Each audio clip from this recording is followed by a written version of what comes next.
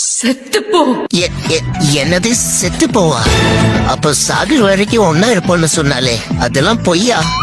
10 குட்டி போட்டு பல்லெல்லாம் கீழே விழுந்து பாடையில போற வரைக்கும் ஒன்னா இருப்போம்னு சொன்னாலே கத்தி மேல கத்தி அது என்ன போட்டு குத்தி.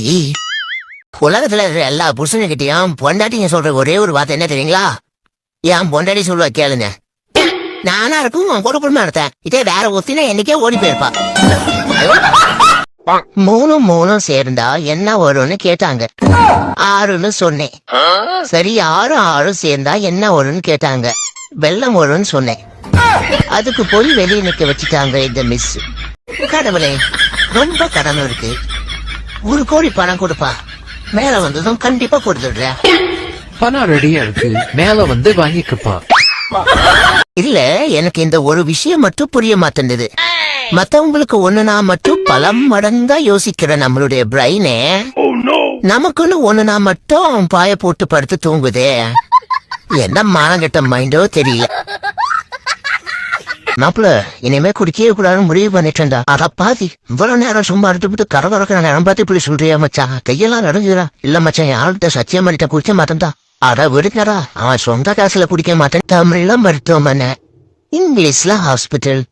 ஆனா இந்த ஆஸ்பத்திரிங்கிற வார்த்தை எங்க இருந்து வந்திருக்கோம்? அப்படியாவது வாழ்க்கையில உழைச்சி முட்டி மோதி முள்ளுக்கு வரலான்னு பார்த்தா நம்மளுக்கு முட்டிட்டு ஒழுக்கு மட்டும்தான் வருது. இதுல எங்க போய் முள்ளுக்கு வருது? போன் பார்த்தா கண்ணு வலிக்குது, தூங்க போனா கொசு கடிக்குது, வெளிய போனா வெயில் அடிக்குது, வீட்டுல இருந்தா போர் அடிக்குது.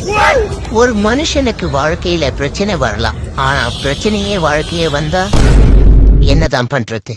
ஆஹா, இந்த உலகம் எவ்வளவு இனிமையானது, இந்த வாழ்க்கை ரொம்ப அருமையானது. இவ்வளவு நாள் ரசிக்காம விட்டுக்காம எல்லாம் இப்படியெல்லாம் யோசிக்கலாம். ஒருவேளை காதல்ல விழுந்துட்டோமா? இல்லையே, நேத்து மட்டையாயி காவாய்க்கலான்னு விழுந்தோம். அதான் விழுந்து எதுவும் தலையில அடிபட்டுருக்குன்னு நினைக்கிறேன். உனக்கு கோவம் வந்துருச்சு, எனக்கு இன்னும் வரல. ஏன் வரல? அது வராது. என்னைக்கு கல்யாணம் ஆச்சு சூடு சொரணா மானா வெக்கான் ஈனம் கோவம் எல்லாத்தையும் மூட்டை கட்டி பரவல போட்டேன். அது ஒரு கதை. இப்ப சொல்றேன்டா, உன்னக்கிட்ட மரியாதையா மன்னிப்பு கேட்கிறேன். போயிரு. போக மாட்டேன். அப்ப காலில் விழுந்தா போயிருவியா? காலை காட்டுறா. அவளை மறக்க முடியலையே, மனசெல்லாம் ரணமாய் கிடக்குதே. நாராயணா, அம்மா யார மறக்க முடியல? அச்சிச்சோ, அற மறந்துட்டேனே. இப்படித்தான் சும்மா இருந்தா ஏதாச்சும் டிப்ரெஷன் ஆகும் போல.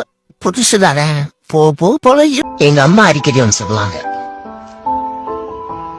பிடிச்சவங்களை அதை வைக்காதா, அது தப்பு. பிடிச்சவங்களுக்காக நீ எழலாம், அது தப்பு. அப்ப புரியல, இப்ப புரியுது. ஏய், என்னடாச்சு உனக்கு? நான் உன்னை இந்த மாதிரி பார்த்ததே இல்லையடா. இல்ல மச்சான், தோசைகள் கூட 4 நாள் பழகுனா தோசை நல்லா வரும். இவ கூட எவ்வளவு பழகுனாலும் கல்லு மாதிரியே இருக்காடா. அதுக்கு பேர் தாண்டா கல் நெஞ்சக்காரி.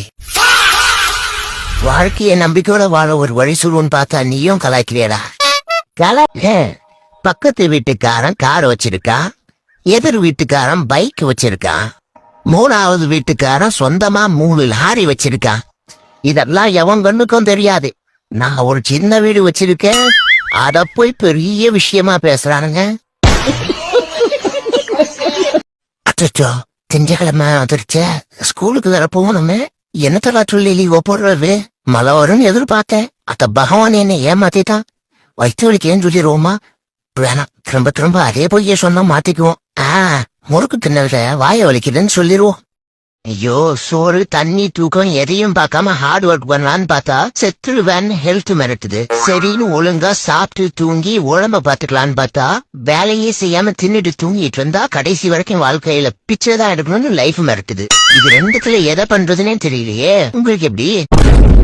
இப்பெல்லாம் யாராச்சும் சண்டை போட்டாலோ திட்டுனாலோ கோவமே வர்றதில்ல. ஒருவேளை இதுக்கு பேரு தான் மெச்சூரிட்டியா, இல்ல நமக்கு சூடு சொன்ன இல்லாம போயிருச்சா? என்னவாயிருக்கும்?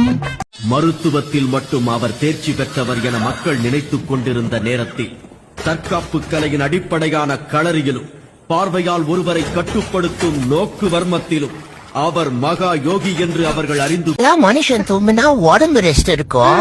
ஆனா இப்ப பாருங்களேன், மனுஷன் தூங்கினா போன் நல்லா ரெஸ்ட் எடுக்குது. பாவம், யார் பெத்த புள்ளியோ.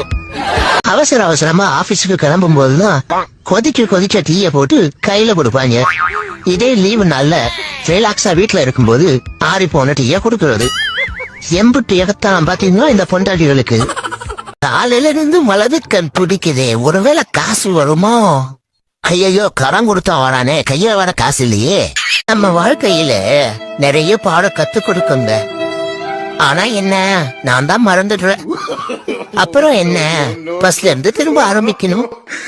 ஏண்டா பிறந்தோன்னு யோசிச்சாலே இந்த வாழ்க்கை சோகமாயிருது. என்ன சார் வேணும்? நானே சோகமா இருக்கேன் சார். தம்முன்னு போங்க சார். நம்ம சோகம் புரியாம வந்து நோண்டிக்கிட்டு. அது என்னமோ உண்மைதான் போல.